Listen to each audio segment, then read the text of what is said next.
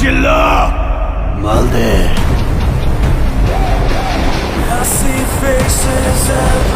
2025 সালে প্রথমবার ইতিহাস গড়তে যাচ্ছে চিত্রনায়ক শাকিব খান বরবাদ দিয়ে।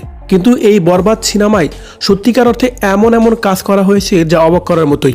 ধরা হচ্ছে রায়হান রাফির পরেই মেহেদী হাসান পরিচালকের খাতায় নাম বসাতে যাচ্ছে। কিন্তু শাকিব খানের নতুন করে বরবাদ সিনেমায় ট্রিজার রিলিজ হওয়ার পর থেকেই অনেক বেশি আলোচনার জন্ম দিয়েছে সোশ্যাল মিডিয়ায়।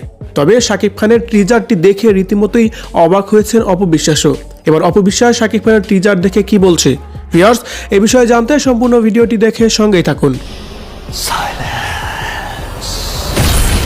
বরবাদ শাকিব খানের 2025 সালের আপকামিং সিনেমা। যে সিনেমা নিয়ে ইতিপূর্বে তেমন কোনো আলোচনা দেখা না গেলেও গতকালকার ট্রিজার প্রকাশের পর থেকে যেন অনেক বেশি আলোচনার জন্ম দিয়েছে সোশ্যাল মিডিয়ায়।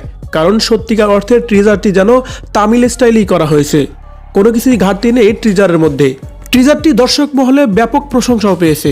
শুরু থেকে শেষ পর্যন্ত শাকিব খানের লুক, গেট আপ, বিশেষ করে সর্বশেষে শাকিব খানের যে লুকটি দেখানো হয়েছে সত্যি মাথা নষ্ট করা লুকই ছিল।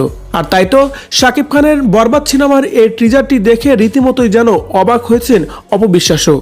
আর তাই তো বরবাদ সিনেমার শাকিব খানের ট্রিজারটি দেখে শাকিব খানের সেই পেজের কমেন্ট বক্সে তিনি লিখেছেন, the king of my heart বরবাদ। বরবাদ হচ্ছে তার হৃদয়ের রাজা, এমনটি তিনি প্রকাশ করেছেন সেই কমেন্ট বক্সে। আর এই কমেন্ট এখন সোশ্যাল মিডিয়ায় ভাইরাল।